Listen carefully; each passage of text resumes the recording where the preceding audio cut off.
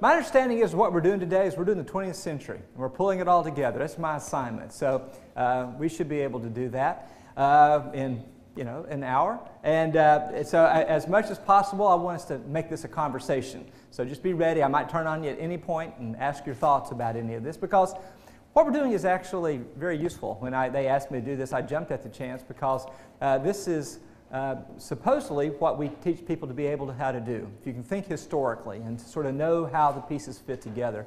And so what we're going to try to do today is see how the 20th century was the outgrowth of all the things that had happened up to that point, or not. Because I've been struck by two big patterns in history. Now, I've been studying it for 35 years or something. One, some things never change. People are people. You can go back and you read about 17th century and you go, yep, just like today. On the other hand, what we expect to happen never does. Somehow we've got to put both those two things together. How can it be that you have the same patterns, the same emotional hardware, so to speak, that people have throughout all times and across all places, and yet we somehow differ so much? And how can it be that you have the same patterns playing out for so long in American history, and things that nobody anticipated can unfold? That strikes me as the central challenge of what being a historian is all about. So we're going to talk today about the struggle for black rights. We're going to talk about the struggle for women's rights. We're going to talk about the course of economic change, and we're going to talk about the evolution of U.S. foreign policy. Now, you know and I know that in our textbook, we chop these things up into little pieces, right? Because it's got to fit into a chapter, then it's got to fit on the quiz, and then it's got to fit on the exam, and then it's got to fit on the SOLs. But we also know that that's misleading, that these things are no more just little slices of something than you can take a piece of the river out of it. Okay? They flow directly from all the things that have come before. So from one point of view, you have these discrete events, we often call them, a world war, a Great Depression. But you could also imagine that these are really outcroppings of much longer term processes. So that's what I want to talk about today, is to think about how do we explain things like the civil rights movement, the black freedom struggle, and which was at the same time inevitable and deeply unlikely. And certainly nobody living through it thought it was inevitable. So let's just start there, and we'll see these different themes coming through. I will say I remember an old Saturday Night Live skit. Remember the coffee talk? Myers dressed up like a woman, and he came on there for just one time. He says, "The progressive era, neither progressive nor an era. Discuss." And I thought that was such a perfect midterm exam, right? Neither progressive nor an era. Discuss. So that gets at something of what we're going to be talking about today. How is it that these things are neither an era, but they have the name of an era? And how is it maybe that they don't have a name, but that they are markers in the flow of history? So let's think about the black freedom struggle. Black freedom struggle really began the day the first Africans were brought against their will to this continent. There was never a moment that I've been able to see that black people were not fighting for their freedom. And it was under slavery, when they did not speak each other's language because they were brought from all over West Africa.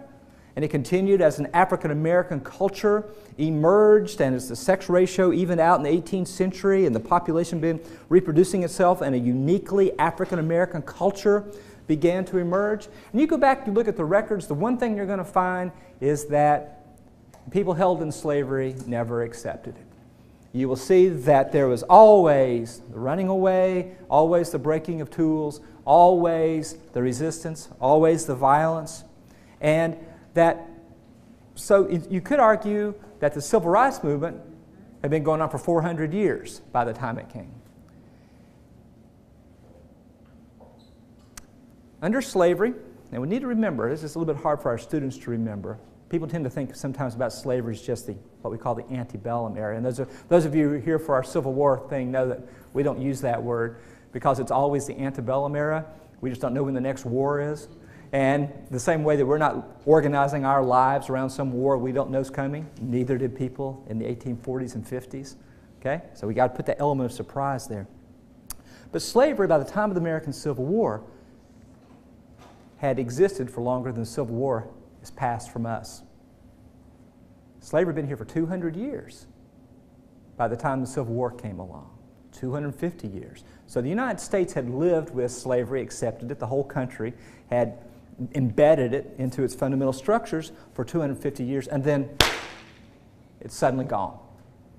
Nowhere else in the world did you find the largest and most powerful system of slavery in the modern world end just like that. 4 years, over. No compensation for the slaveholders, no period of apprenticeship, no real help for the people who were freed. But on the other hand, more political rights than any other emancipated population in the Western Hemisphere met.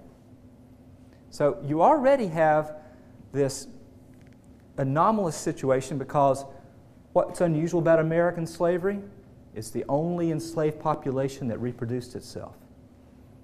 In the Western Hemisphere, this is the only population that biologically reproduced itself. So as you know, the slave trade ended over a half century before the Civil War came, before emancipation. But you also know that the slave population continued to grow.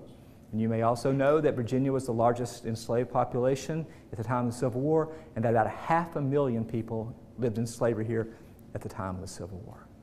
And then it all ended. Nobody ever voted and said, hey, let's end slavery. Nobody said, the time has come. Nobody said the antebellum period is over. What happened was a war started. That was about slavery, but the people who started the war did not think that, they could not imagine, whether you were abolitionist or black or white or Abraham Lincoln or Jefferson Davis, nobody could imagine that slavery was going to end in 4 years because it did not seem possible, because nobody had seen it happen anywhere else in the world. Okay. And then it does, as a result of the war.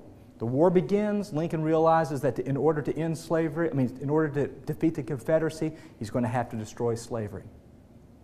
And then he realizes that to win, he's going to have the fighting of black men, because not enough white men in the North are signing up.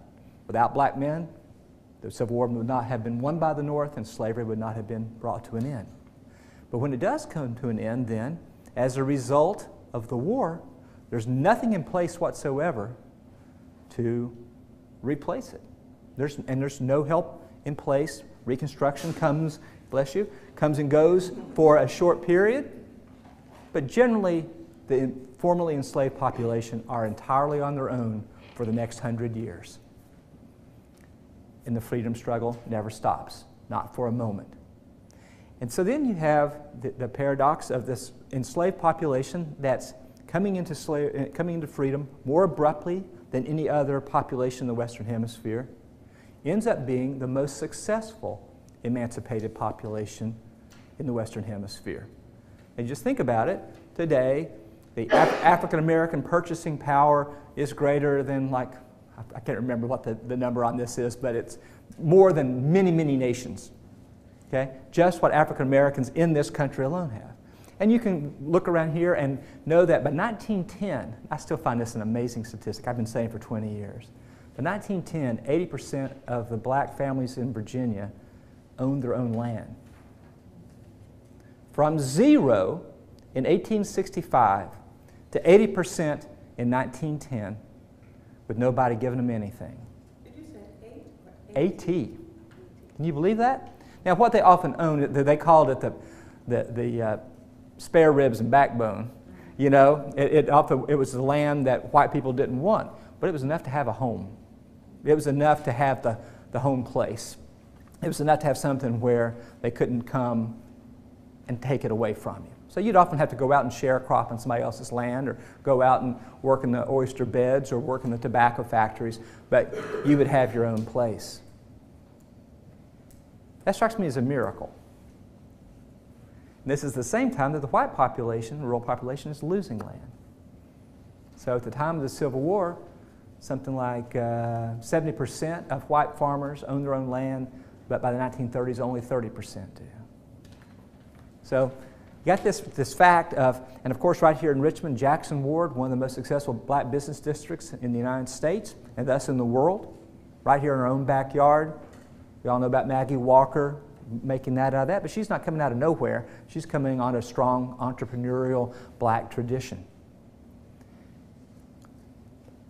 So you have that fundamental break in the middle of freedom, of slavery becoming freedom, and of Reconstruction, and of black people making these economic gains. But at the same time that black people make these economic gains, the white people put new obstacles in their path. So at the very time that this black population is buying land, as we all know, that was the very years when segregation was put into place. And notice, this is 35 years after emancipation. Segregation is not really written into law in this state till about 1900. And then you have the Constitutional Convention that takes away the vote from black men at the beginning of the 20th century. So if you try to draw a trajectory, what's the course of the black freedom struggle that's leading to the civil rights movement? Well, it looks like a long struggle, a plateau under slavery, and then suddenly freedom, and then building economic power in churches and schools and self-help. Okay, all those things happen. But then segregation and stripping away the vote put in at the beginning of the 20th century. It looks like a setback. It is a profound setback. And so as a result, you would have had in the late 19th century black congressmen being elected from Virginia. But by 1920, that's unimaginable. It's like the river's running backwards. Okay, so the 1920s and 1930s are the big heyday of segregation.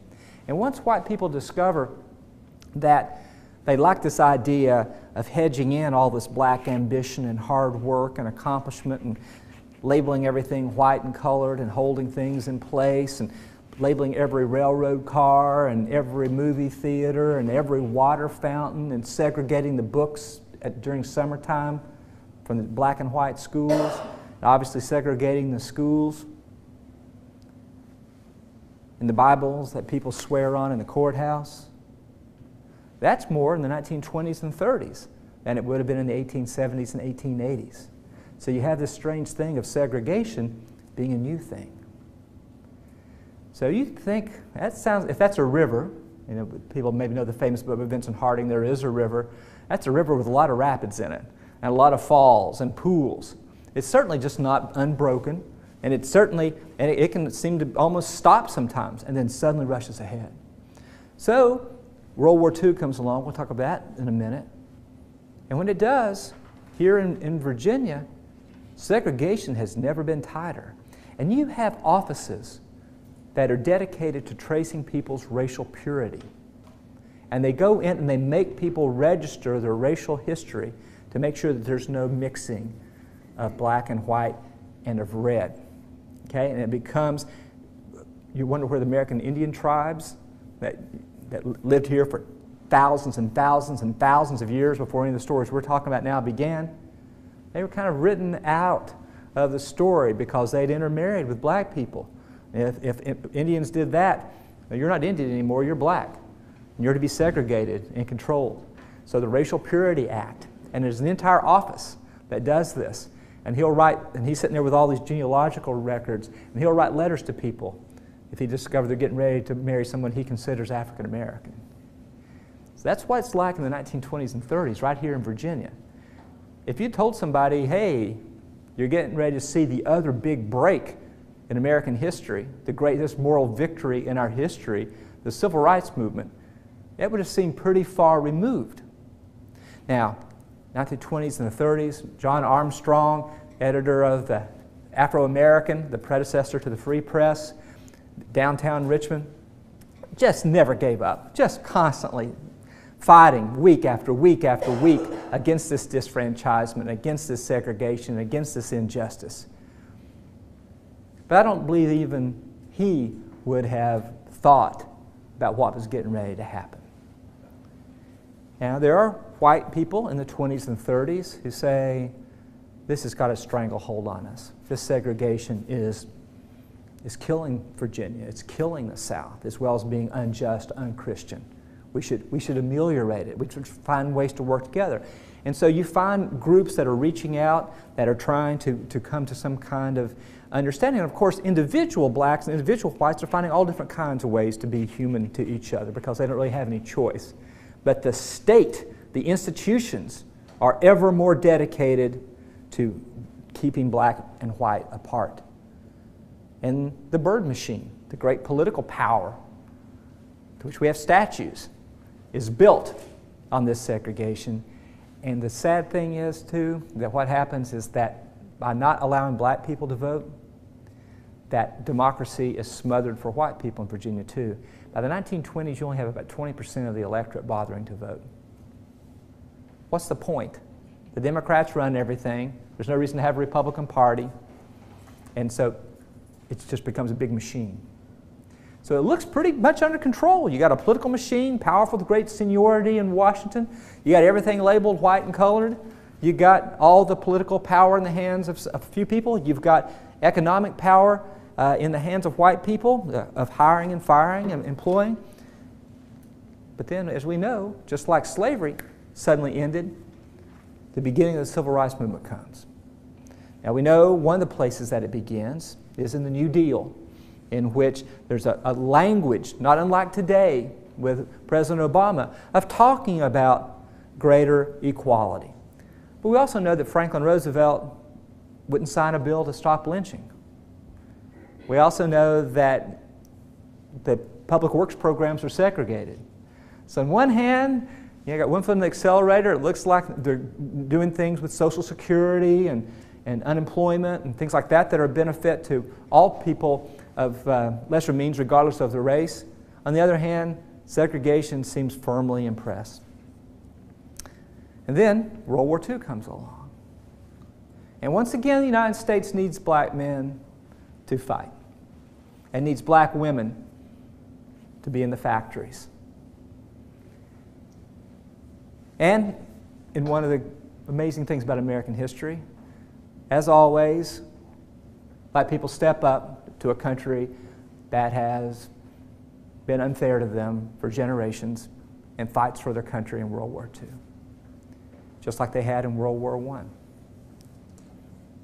And when they fight, and people are reading their newspapers every day, and they read about this horrible enemy that we have, who wants to build everything he's doing on telling us that some people are inferior to other people, that some people must be kept in place in segregated parts of cities, that some people must be constantly under scrutiny, that some people are the cause for all the problems around.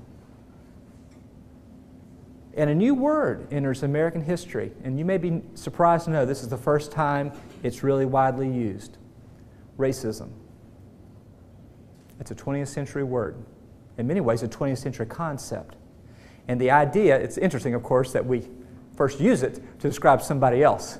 And then people go, gosh, where else would it be that things like this are happening? And it'd be right here in America, where we're doing the same things. And so what you find is that a sense of discomfort, of sudden self-awareness begins to emerge at the same time that black people who are fighting or making the means for us to fight or sustain the nation say, how can it be right for us to attack Adolf Hitler and who speaks these hateful things and to tolerate what we have in our own country? Now, this is not, there's nothing new, no new idea in all this to African Americans. It's not like it had not occurred to them that this was profoundly wrong. But suddenly you found the United States putting all its might into fighting against a racist regime. And the hypocrisy became very apparent to a lot of people. But did it have an immediate end to segregation? Did just the awareness of this lead to the Civil Rights Movement? Well, as you know, the answer is no. People come back, People have jobs to fill. People have work to do. 45, 46, Harry Truman integrates the military, but instead, you read about Virginia, they say what we're going to do is we're going to follow separate but equal to the letter. We're going to build excellent schools for the Negroes. There's going to be excellent colored schools. We're going to spend money on that. And they think that's the enlightened thing, but nobody's thinking, well, of course, schools can't be separate and still be equal.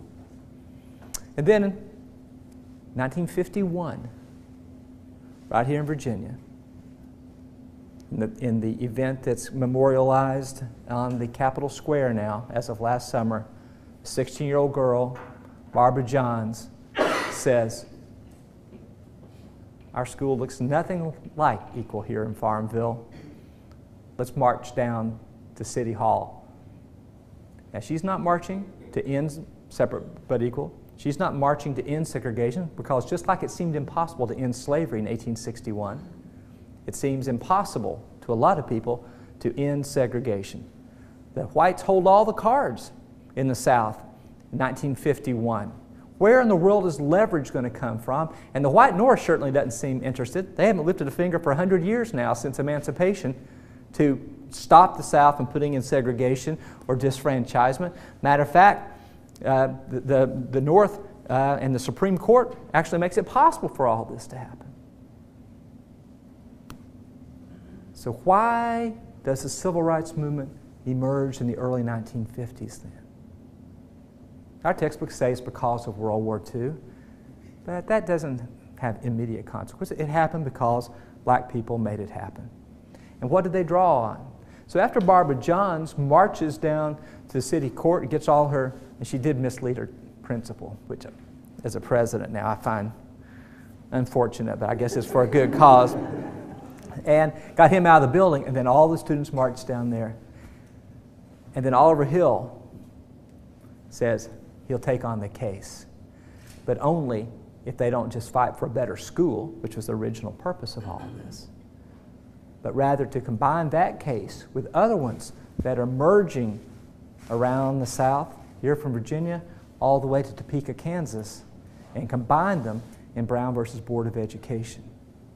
So the civil rights movement then draws upon all those generations back during the 20s and 30s when segregation was so tightly in place, and even back to the 1910s where the land was being owned, and even back to 1870s and 60s when those churches and schools and fraternal organizations and women's leadership groups were being formed.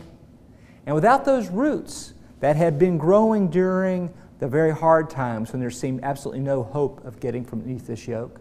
In fact, those roots were growing all during the time that segregation and disfranchisement was being put into place. But how could we have people like Thurgood Marshall and Oliver Hill? It's because there had been a black middle class that had been growing, strengthening itself, often based in the churches, but also in places like Howard University, Hampton, Fisk, that had been laying the groundwork for something that was going to come in the future.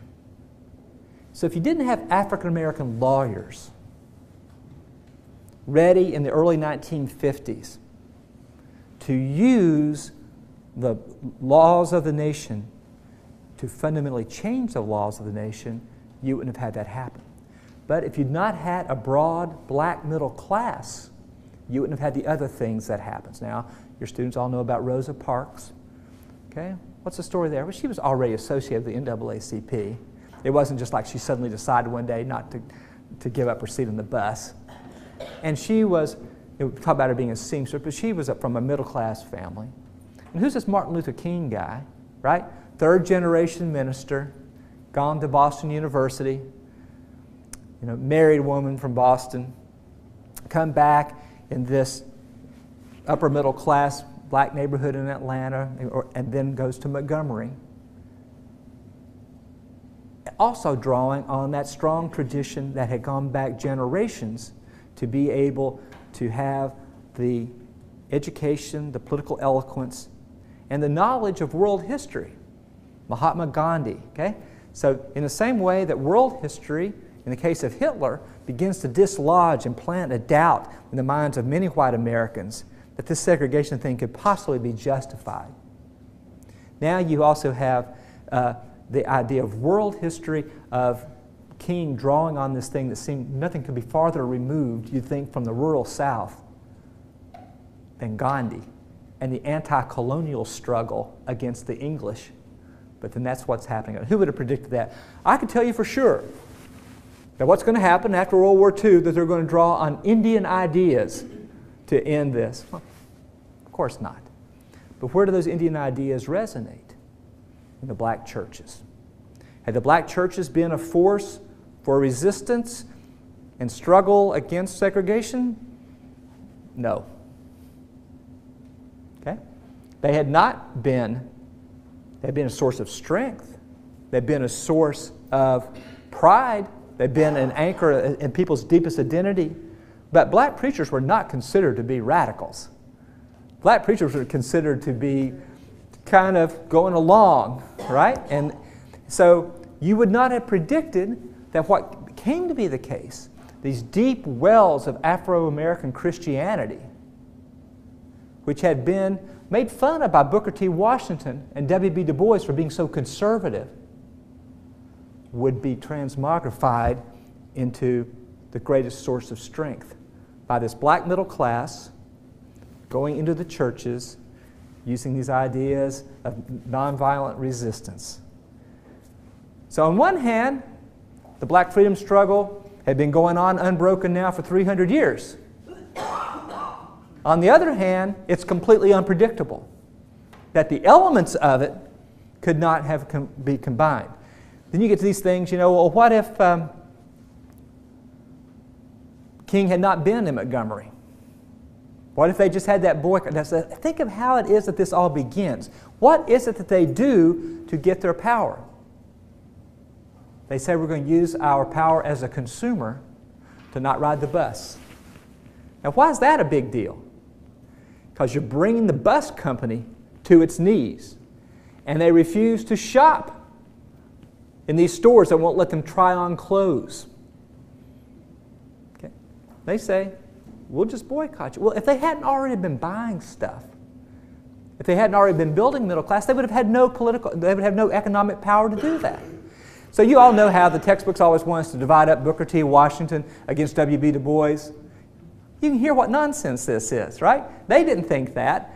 Booker T. Washington says, I tell you what, until we have some money that we can boycott, until we have some money that we can build our own institutions, until we have some money that the white man can't tell us what to do because we're our own bosses and we're buying and selling to ourselves and have our own newspapers, we're not going to be able to do anything.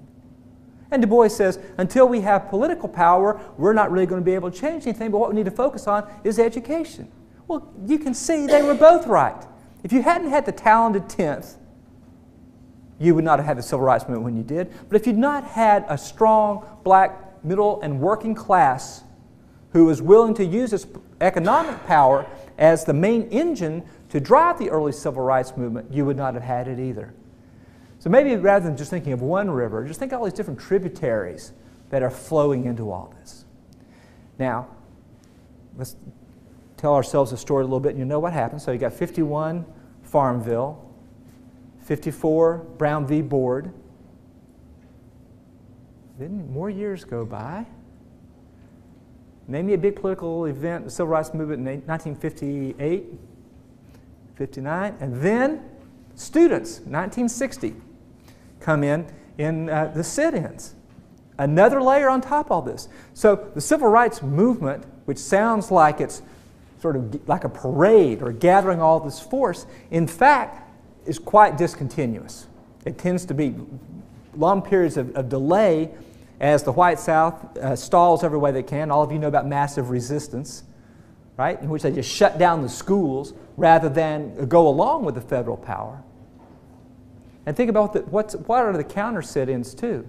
That's also using your economic power to do that. Okay? So then, of course, think then how things happening after that. 61, freedom rides. But Then you got the Cold War going on. We'll talk about, you see how these international and national things are gathering. And then 63, 64, March on Washington. And then that's what our students think of. You sort of say, when was the Civil Rights Movement? And they will say, well, from Montgomery through a speech at March on Washington. Well, then what happens? How do we tell a coherent story about after 1968, when Dr. King is assassinated? What do we say about the 1970s and the 1980s and the 1990s? How is it that Barack Obama becomes President of the United States out of all that? I would say that we don't tell our students a coherent story about how all these things fit together. We just act like they... I remember I was in Atlanta for the Olympics in '96, and it was all about Dr. King. But if you were from another country, say, so what did he do? You know, well, he was a great man. Well, yeah, what did he do? He overthrew a systematic system of injustice that we tolerated here in this city throughout our entire history. But we never talked about what he overthrew. It was just that he was a great man, right? So you forget about these different parts of it. So then what happens after '68? The riots and the burning of the cities, right? Does it stop? Of course not. Then it transforms into other forms in which you're still having people are in the legislative halls and in the courts constantly pushing. And you start having black political officials elected in the South. Okay? We know about Douglas Wilder, but there are also mayors and postmasters and tax collectors. That's laying the foundation in the 1970s and 1980s that can allow, in retrospect, we see something else that seemed impossible a few years ago, that we would have a president of African ancestry in this country. How can it happen? It can only happen if it draws on those very deep roots that we're talking about before, right? So, this goes back to the theme I'm saying. On one hand, in the big picture, if you assume that, as Lincoln says, justice cannot be denied forever, the civil rights movement is bound to happen. But if you turn up the magnification, or turn the telescope the other way around, and say, why was there a civil rights movement? It took a lot of things that had to happen first, and there was an unpredictable quality. Certainly, if nobody in the 1930s would have guessed that within 15 years you would have had a Supreme Court decision that would overturn the fundamental law of the land, that separate but equal was right. So, you see what I'm trying to do is that this is usually, what, 10 different chapters I just told you, right? Right? And within it say each chapter, okay, that makes sense.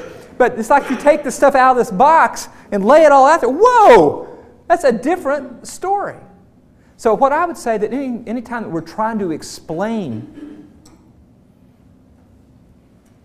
the fundamental changes of American history, and I don't think anything's more fundamental to this nation than that story we just told of how you could have by far the largest and most powerful system of slavery in the world, followed by the most abrupt process of emancipation, followed by the emergence of the most successful emancipated population in world history. In world history.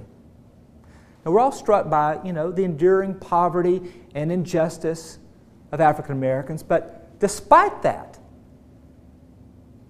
go to other places and you will see that African Americans have been able to build for themselves a kind of prosperity and political strength, as well as culture, that has no parallel.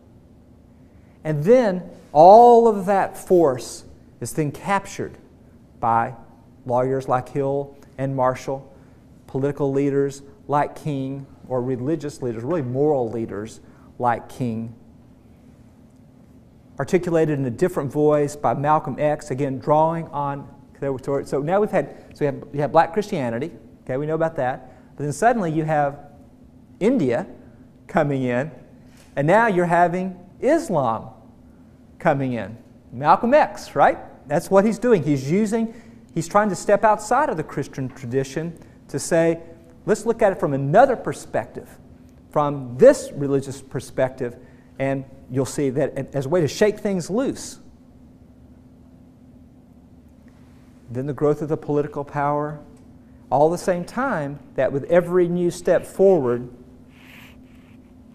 people have found ways to resist it. So you have the end of legal segregation, so people say, great, we'll just move to the suburbs. Right? We'll just create new academies, private schools. We'll just avoid it that way. And we know we're still in this box. Okay? We know that that is kind of a passive resistance. We just won't fight back. We'll just remove ourselves. Okay? So now, how do we account for the election of Barack Obama? Let's talk about, okay, I'm going to tell you a story, just an outline. You tell me if this seems possible. First of all, you're going to have a white woman join the Ford Foundation and go to Indonesia and become an anthropologist. And then while she's over there, she's going to fall in love with a man from Africa, from Kenya, and they'll have a child, but then she will have to raise this child on her own in Hawaii. It's obvious that he's going to become the President of the United States, right? So it strikes me that the big challenge is how do we make the past comprehensible to our students? And it's easy to rub off all the edges and to make it look like it's just a matter of time till these things happen and forget these profound surprises that led to what we have now. And combining those two strikes me as the great excitement of what history is. I know a lot of you teach other subjects, unlike me. So I'm just a historian. I don't teach economics, I don't teach government, I don't teach sociology. I just believe in what I do. And what do I like about what I do? We're the only ones that have surprise. Okay? Everything else is about structures. Okay? Here's economic laws and the way they play out. Or here's how a bill becomes a law. You know? Or here is the fundamental structures of society. But history, whoa, surprise, sudden change. No, where'd this come from? It strikes me that lately we have recognized how little we understand about what's happening. Tell me, did a poll get it right after any election in the fall as we're leading up to the presidential election? No. And unless I missed the memo, nobody told me the largest financial downturn in 70 years was coming, right? And yet we look back on the past and we seem so complacent. Well, yes, of course. I'm here to tell you, folks, they had no idea what was going on either. Abraham Lincoln, he says, I don't control events. Events control me. And until we restore that sense of surprise to our students, history is going to, and I always quote my mom, who was a 5th grade teacher for 30 years. And I told her I was going to go to graduate school in history, and she said, what for, honey? We already know what happened. And I've dedicated my life to pointing out, Mom, we don't know what happened. And it's that illusion that we know what happened that makes us so incapable of imagining a better future. Okay? As long as we keep things in place, patted down, then we forget how full of surprise things are. Now, just telling the story of the Black freedom struggle, you see the surprise of thinking about this for a living. I guess, you know, I've so many times, even I can think, just when I don't believe that struggle, when the injustice can be any greater, it turns out that it is. On the other hand, just when I give up on the country, then it turns out that it has the capacity for this kind of moral growth and change in it that it doesn't have. It strikes me that one thing, if you're teaching history, is you can tell our young people things can be so much better than you can imagine right now. But be careful, they can be a lot worse than you can imagine now. Don't be complacent. So that's my whole mission in life when I'm speaking as a historian, is that sense of contingency, that sense of surprise, of sudden pivots, of things coming together in unanticipated ways to create something that just one path by itself can never do it. That's why just looking at economics by itself explains some things, but not much. You have to put it together with politics to understand. So let's take another vein. So the other thing we might think about is women's rights. There, as you know, women found ways to exert their individuality throughout all of American history as well. And you know about, Mrs. Adams telling her husband, remember the ladies and all that. You know about Seneca Falls, 1848, and the women's movement. But you also know that, and here's how the stories intersect, Reconstruction, the great moment of possibility for African Americans, the women's movement breaks away because they say, why should illiterate black former enslaved men get the vote when I, who've been to Vassar or whatever, can't? And so what we think of now, we think, in the 60s and 70s, the feminist movement, the black freedom struggle, kind of being part of the same thing. But they broke apart there. And they were the same in the 1840s and 1850s, but then they break apart. And they grow farther and farther apart. And you find the people who are calling for segregation, disfranchisement, often were white women. Matter of fact, when you think about when the great episode of lynching in this country was in the 1890s, it was all about white women. And so you find those are two kinds of struggle. Both of them have legitimate claims, but that are at odds with each other. So women's suffrage begins out west, where they need it for political purposes. You need to have enough voters to be able to become a state. So let's enfranchise women. And then you have the 19th Amendment. Okay, now why does that come along when it does? Is it just that things are ripe? It's just that now people recognize that it's time here in the early 20th century, the century of progress, that will give women the right to vote? No, in many ways it grows out of World War I. Okay? And out of all these decades of struggle. In the same way the black freedom struggle grows out of generations of people fighting with not much to show for it, the women's suffrage movement grows out of generations of people struggling without much to show for it. So in the 1920s, suddenly, when women are able to vote in the South, not really going along with it, but being forced into it, what happens? 1 million women, black and white, vote in the South in 1920s. They had not voted in the 19-teens. What do? They vote for Republicans, which you just simply did not do in the South in the 1920s, because the Democrats are the ones who will hold all the power and hold white supremacy. But we can't see, and there's a great book written by my colleague Lori Schuyler called The Weight of Their Votes. And the men in the 1920s are just freaking out because you go to the polling place, which used to be just a great place to spit and smoke and drink. And now one of her chapter titles is called "The Place Smelled Like Perfume." And everybody's got to be all nice and stuff because women are going to come to vote, And they do that. And then you find that, okay, the 20s come along, the 30s. Are we building momentum? Does this make any difference? Doesn't seem to be. 1940s, Rosie the Riveter, but that comes and goes. So when you think about when is the time of all the, Donna Reed and the sitcoms and Leave It to Beaver, and in which time you see that women seem to be the most circumscribed by gender roles, is the 1950s. And Marilyn Monroe, Mr. President, right? And all this sort of stuff. So that doesn't look like it's a path toward independence. And you had more women working in the 1930s than you did in the 1950s. And you had a larger percentage of women in college. So it's like history's rolling backwards again.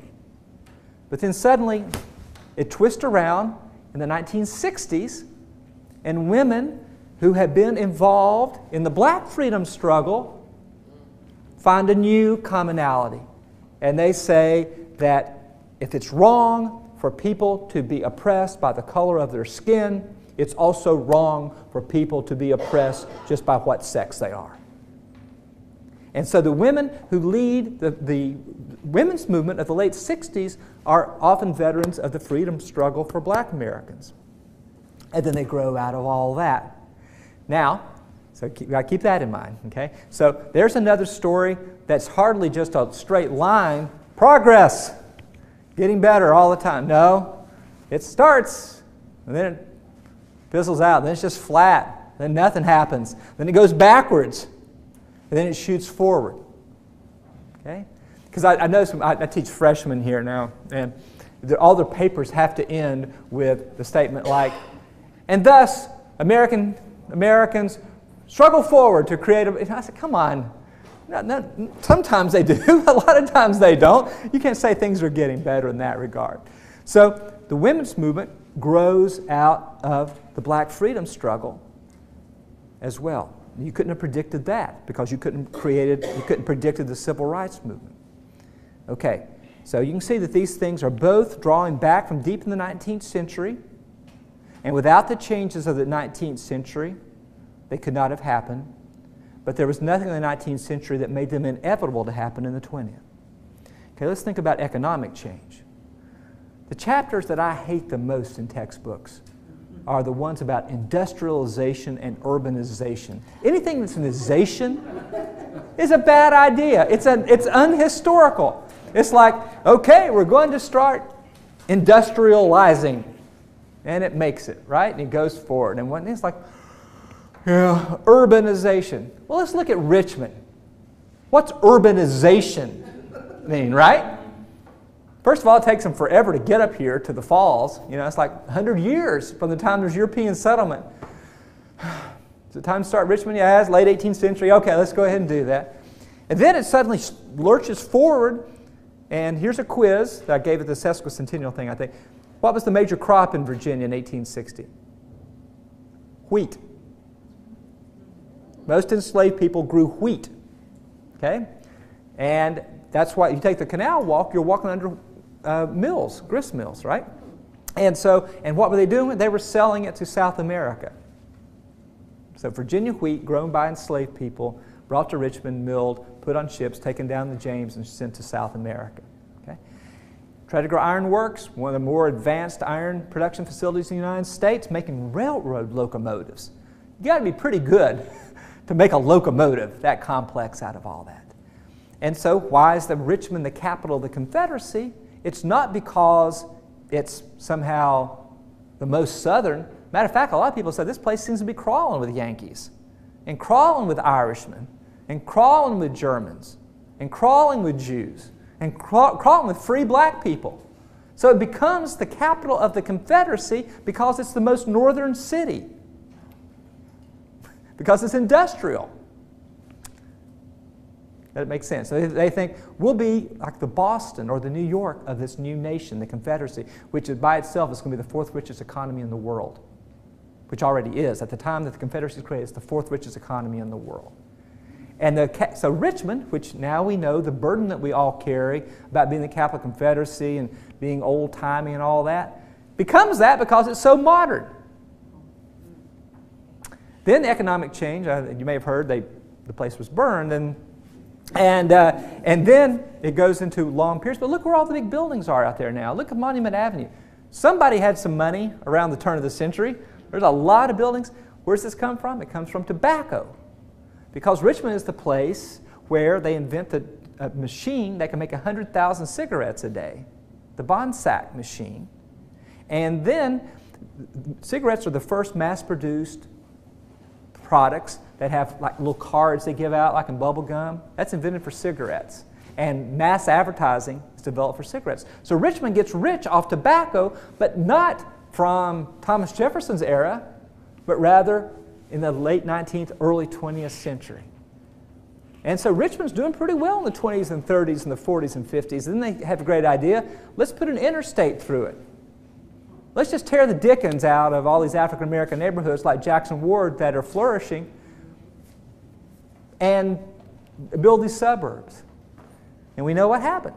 Now here's economic progress that we're still suffering under, that dislocated, ripped apart the fabric of our city. And now you have Chesterfield County being one of the fastest growing counties in the country. Goochland County is the richest county per capita in the United States. Who'd have thought that? But anyway, so you wouldn't have seen that coming. Now it's coming back. People like old houses and things, so economic development now may build on these other things. So you can see even things like urbanization.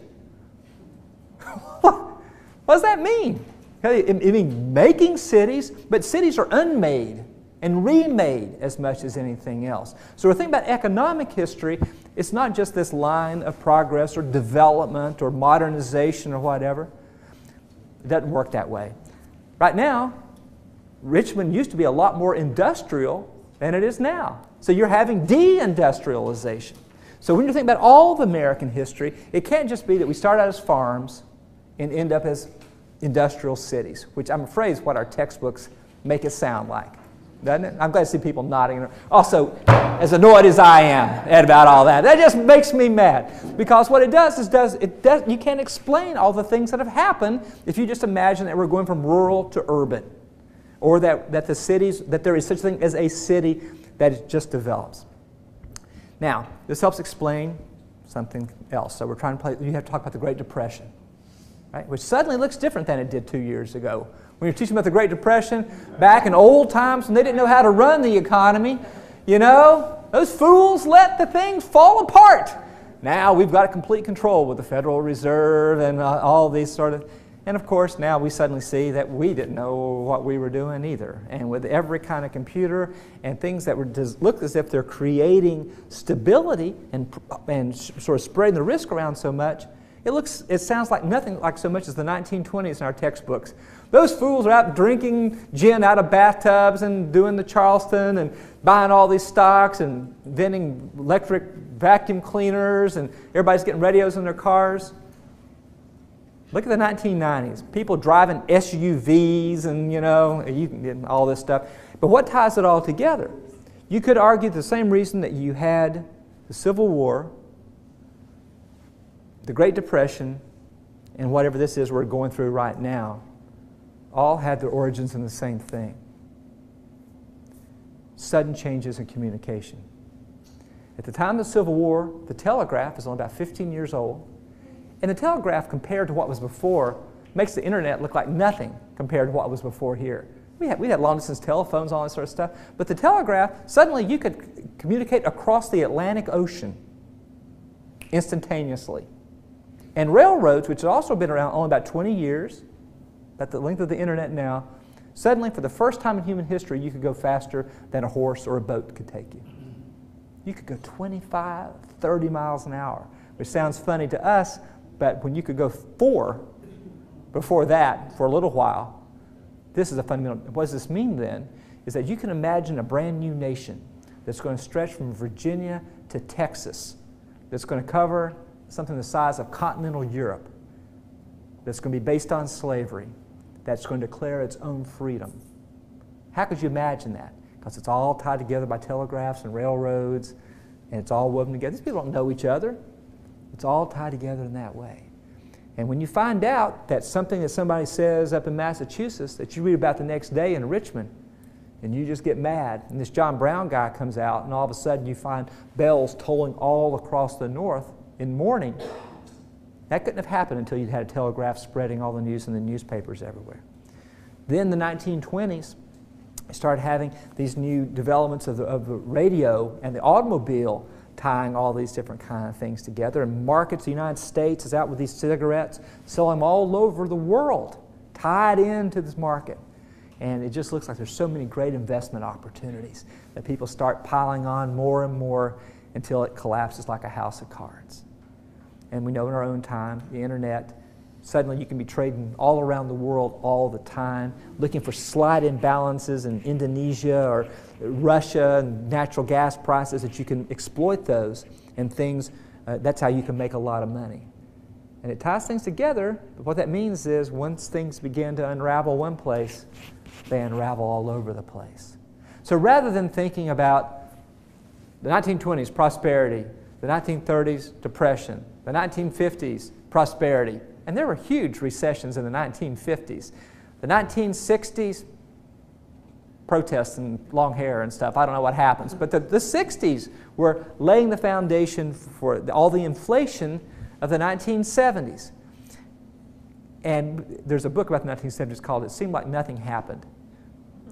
But when you look back on it, it was a time of fundamental change. The worst stock market crash since the Great Depression, the worst unemployment since the Great Depression, and all these gas prices. But we think about the 70s show, and people had long collars and disco and stuff. You know, it's like, no, there were these big changes going on.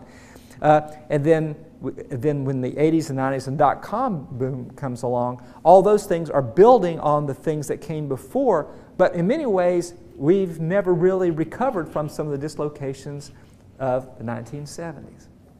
So what this means there, too, is if economic history, we would think of it rather than just a series of episodes, good, bad, prosperity, not just unprosperity, or whatever the word might be in English. But instead, think of economics as being tied to longer-term changes in communication and transportation. We know that these things are going to happen. So apparently the famous prediction guy asked Warren Buffett, somebody said, do you have any predictions about the stock market? He says, yes, it will go up and it will go down, right?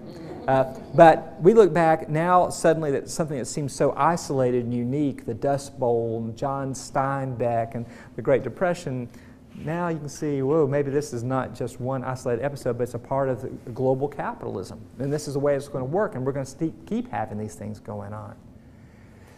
So I'm going to pause there, because what you can see what I'm trying to do is that you can see how things that we keep things not only separate in chapters by time, right?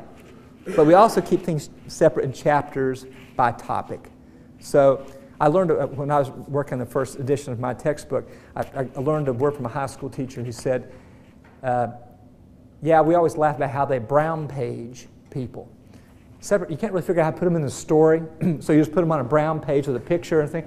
And it's always, you know, Frederick Douglass, you know, brown page. You know, Elizabeth Cady Stanton, brown page, you know. And I said, last time I could tell, they were living through history exactly the same time as everybody else. But how is it that we would make all this stuff coherent? Now, I think that if we, I told you what I like about history. It's about surprise, which is the way the world actually works. There's no line that continues forever in human actions. But what I don't like about it is that we chop things up in these little pieces by time so much. And we tend to forget that somebody who lived in slavery lived through all those decades afterwards, and we've been around to have read Booker T. Washington and W.B. Du Bois, and would have been there to be an elderly person in the New Deal. So even though we have all these chapters of industrialization, urbanization, immigration, all that, and you'd think it's like our kids get the impression that there's a new cast on every chapter. You know, okay, all the 1920s people off, you know, with your flappers and, you know, the tuxes and the cars and all that, and Harlem Renaissance. Hey, you're off now, the Dust Bowl and all that, and tend to forget that they're living across all these times. So what I'm suggesting, I was asked to reflect about how the events of the 20th century grew out of these things. So this is what I'm doing for you, is I'm trying to imagine, if you just turn it like 15 degrees, the things that look so familiar and kind of tired and we know where they go can suddenly look different if you would think about the ways they connect in different ways. So I'm going to pause there. Thank you so very much.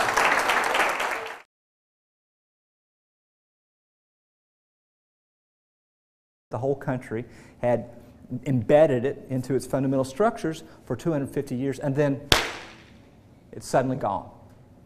Nowhere else in the world did you find the largest and most powerful system of slavery in the modern world end just like that.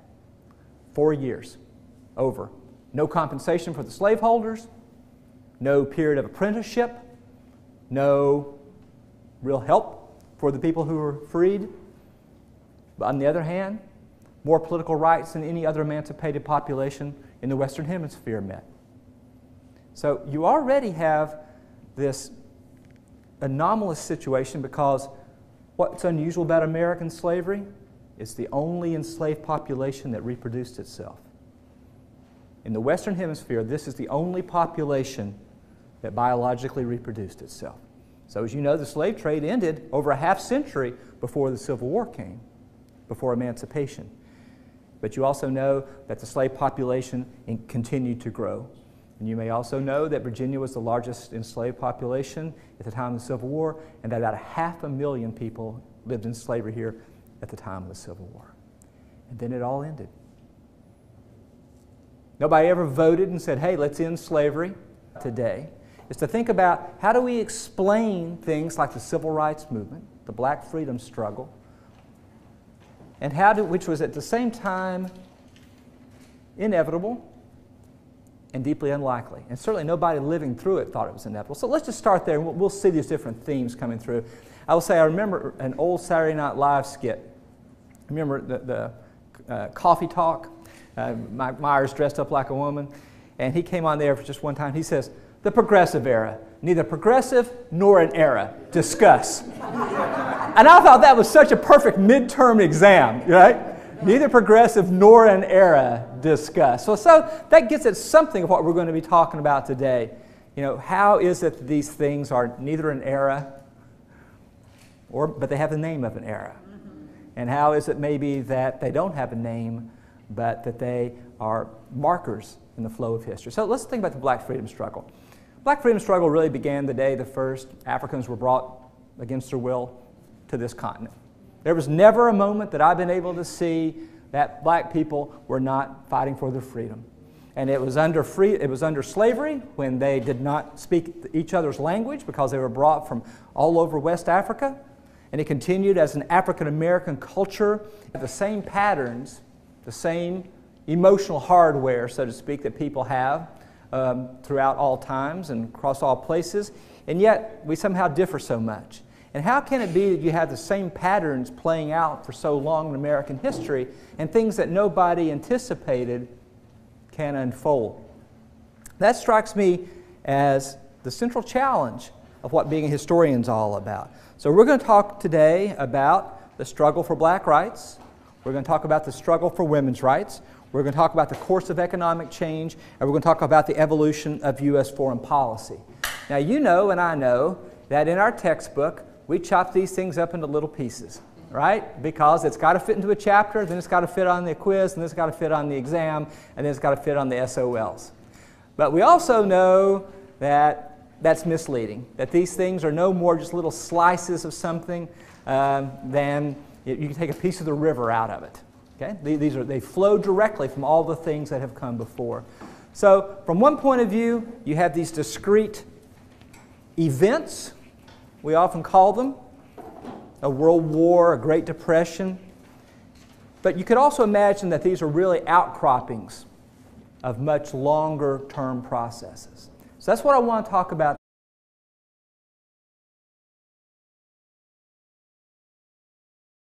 So my understanding is what we're doing today is we're doing the 20th century, and we're pulling it all together. That's my assignment. So we should be able to do that in an hour. And so as much as possible, I want us to make this a conversation. So just be ready. I might turn on you at any point and ask your thoughts about any of this, because what we're doing is actually very useful. When they asked me to do this, I jumped at the chance, because this is supposedly what we teach people to be able to how to do. If you can think historically and sort of know how the pieces fit together. And so what we're going to try to do today is see how the 20th century was the outgrowth of all the things that had happened up to that point, or not.